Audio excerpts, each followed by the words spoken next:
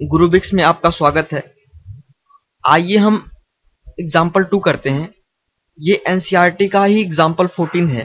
इसमें कहा गया है कि so that every polynomial function is continuous. ये एक बहुत ही इंपॉर्टेंट थ्योरम है। आप इसे एज अ थ्योरम क्वेश्चन में यूज कर सकते हैं। तो आइए इसे पहले प्रूव करते हैं। हमने मान लिया कि px कोई एक पॉलिनोमियल फंक्शन है। तो कोई भी पॉलिनोमियल फंक्शन कैसे रिप्रेजेंट करते हैं हम? a0 plus a1x plus e2x square plus e3x cube up to जो लास्ट टर्म होगा वो होगा plus an x to the power n।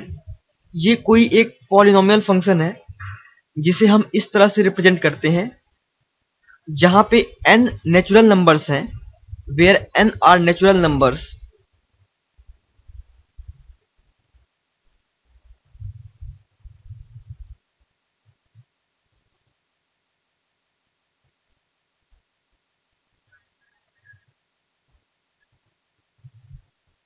और जो ये e0, a1, a2, a3 हैं वो कोई भी रियल नंबर है। That means ai belongs to r।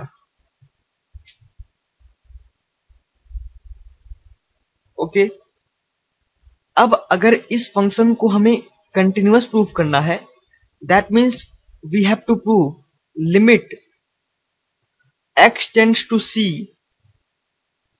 px is equals to pc।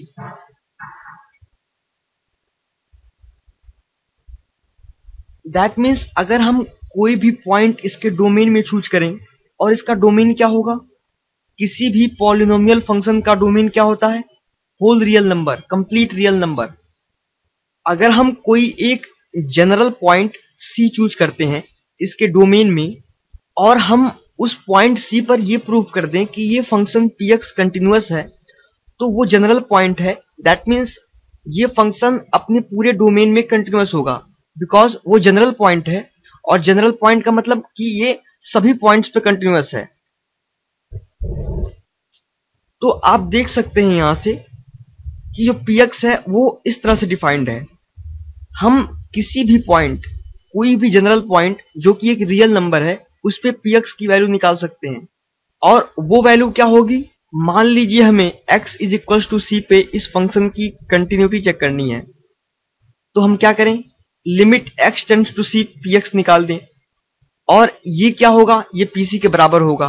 आप चेक कर सकते हैं कि अगर हम x की जगह c पुट कर दें तो ये फंक्शन कभी भी अनडिफाइंड या 0/0 का फॉर्म नहीं आ रहा। दैट मीन्स ये जो फंक्शन है, ये जो लिमिट है, वो किसके बराबर है? pc के बराबर है। That means so the polynomial function is continuous everywhere.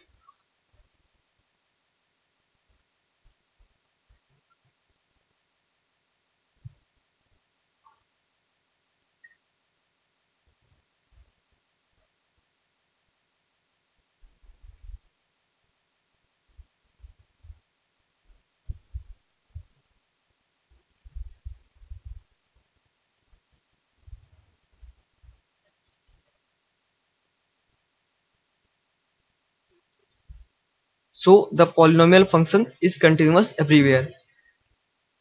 चूंकि इसका डोमेन भी कंप्लीट रियल नंबर होता है, तो ये पॉलिनोमियल फंक्शन हर एक पॉइंट पे कंटिन्यूअस है।